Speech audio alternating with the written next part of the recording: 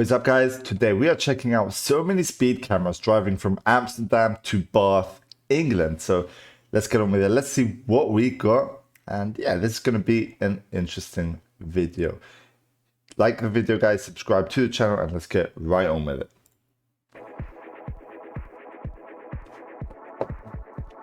Oh damn, this is like cars going into like a boat, right? Like a big ship.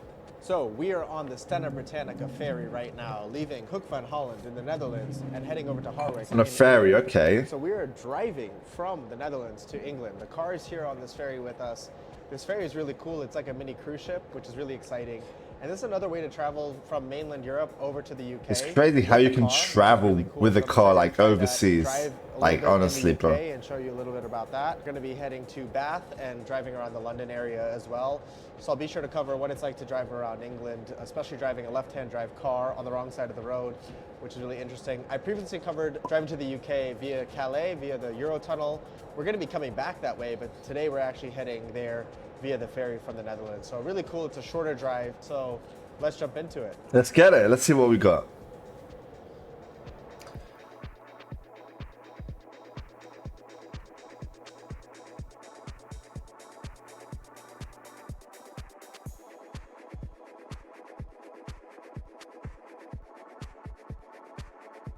UK borders here.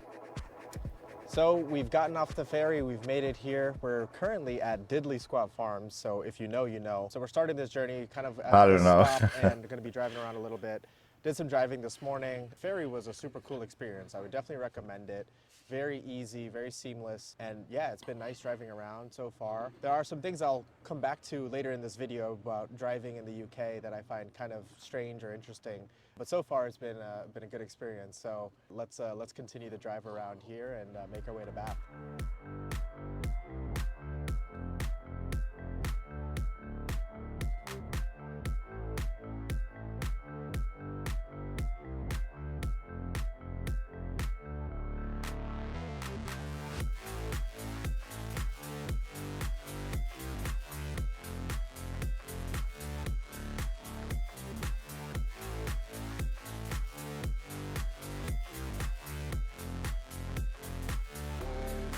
Oh man, beautiful city, I must say. So we're just outside of Bath, England right now, and we spent the past couple days driving around the countryside of England. From the last location where I was at to Bath, and it was really nice driving around some countryside roads in England, some A roads, some B roads. I'll cover all of that in a bit more detail, but it's really cool to be driving on the other side of the road with a left-hand drive car. Another interesting challenge that I think is quite doable if you kind of pay attention and you kind of get used to it and don't really think twice about it. If you really keep to the left and remember that you should be on the curb side On the left. left-hand drive car on the left side of the road. So that hasn't been too much of a challenge. The city of Bath was a beautiful city. I would highly recommend Okay, it. for me, like honestly, I'm used to driving on the left-hand side of the road as well. I've never driven on the right side of the road, so for me that would be a different experience. I know most countries are on the right side, but yeah. The things that's been interesting being in England is it's very car-oriented, or a bit more car-oriented than I'm used to in the Netherlands, which is kind of nice. So there was a lot of city parking lots around the city center of Bath. And what was really cool is the way to pay for parking in these city parking lots was all mobile. Okay. These app clips. That's which is cool. Really easy on the iPhone with Apple Pay. So super easy to drive to the city center, park, and pay, which is really, really cool. Wow. Now we're going to be heading to Stonehenge, so driving on some more English countryside roads, and then eventually make our way to London later today. So I'll be sure to cover all of that in more detail.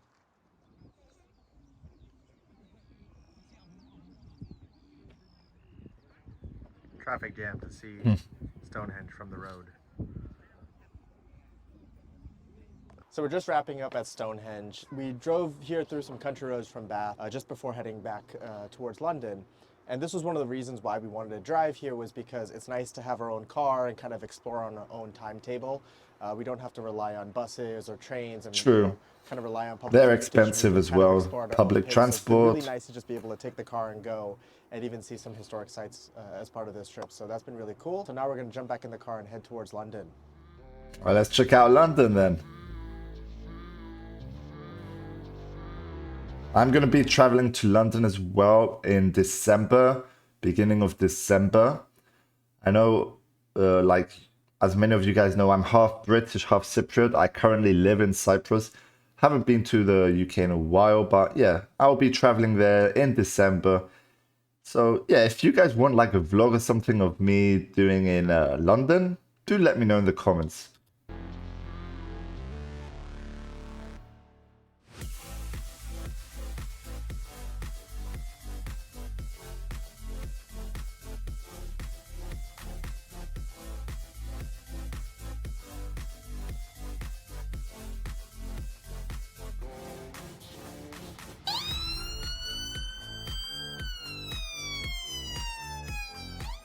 I do miss England, to be honest.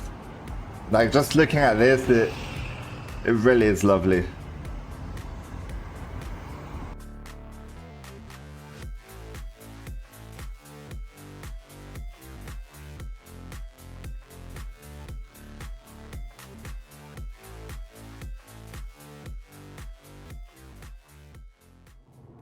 So we're currently making our way back to Amsterdam, currently leaving the UK, heading this time back towards the Eurotunnel. So we came here over on the ferry, which was a cool experience, as I mentioned, and now we're going back the more traditional way that I've done before, which is the ferry, Eurotunnel. I want to talk Eurotunnel. a little bit about what it's been like to drive around England over the past few days here, and it's been great. As I've mentioned, it's been great to have the car with me and being able to explore kind of the more rural countrysides of You can just like travel wherever you want, when you want, much easier.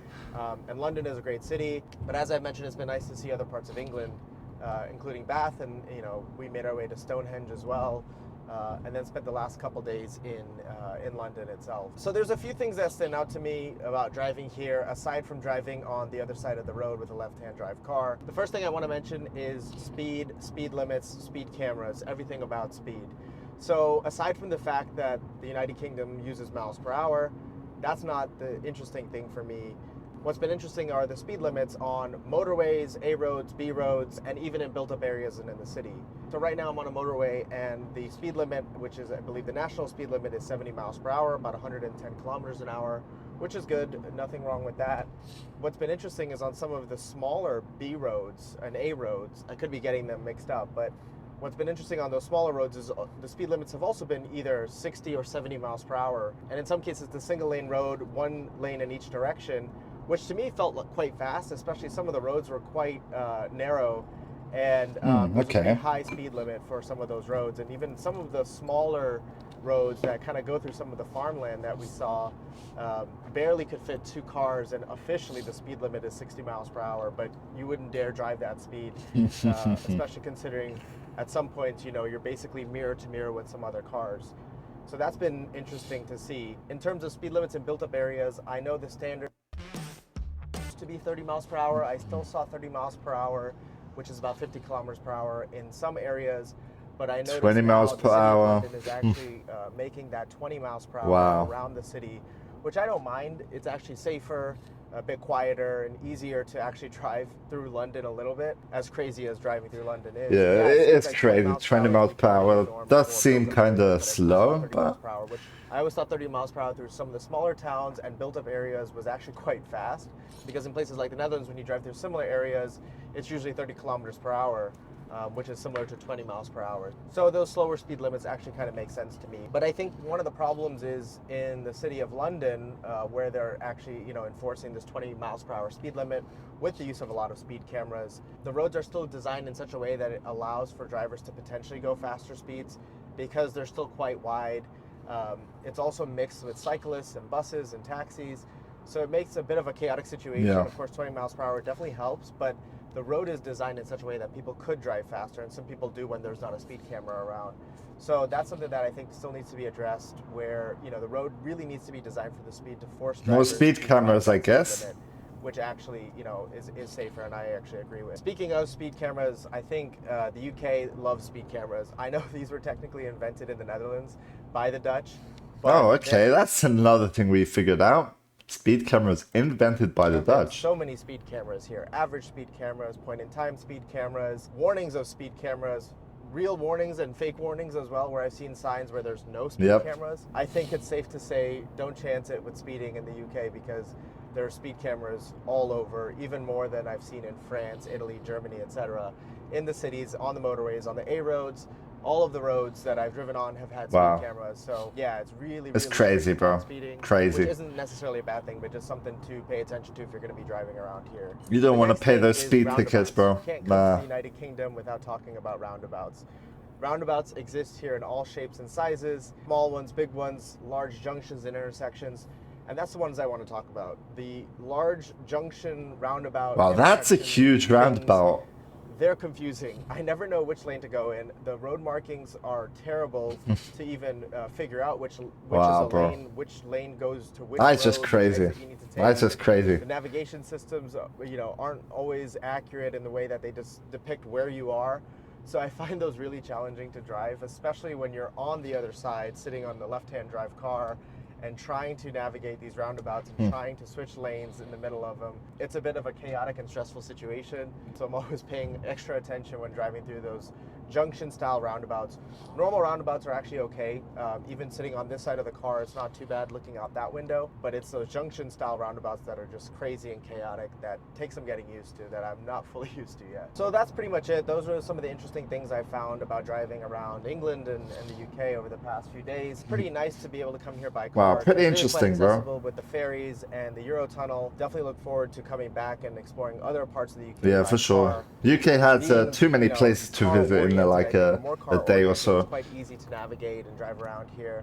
So definitely look forward to doing that again. So now we're making our way to the Eurotunnel. On the other side, we'll arrive in Calais in the main continent and then make our way back to Amsterdam. Wow. But let me know what you think in the comments Eurotunnel, below. that's pretty cool. Imagine getting on a train with your car. You find the That's roundabouts cool, and man. the That's something speed cool. camera situation is interesting and challenging. Let me know what you think in the comments below. And until the next time, thanks so much for Wow. That was an interesting video, guys. Do let me know your thoughts in the comments below. Hope you enjoyed, guys. Like the video, subscribe, and we'll be seeing you on the next one. Peace out, guys.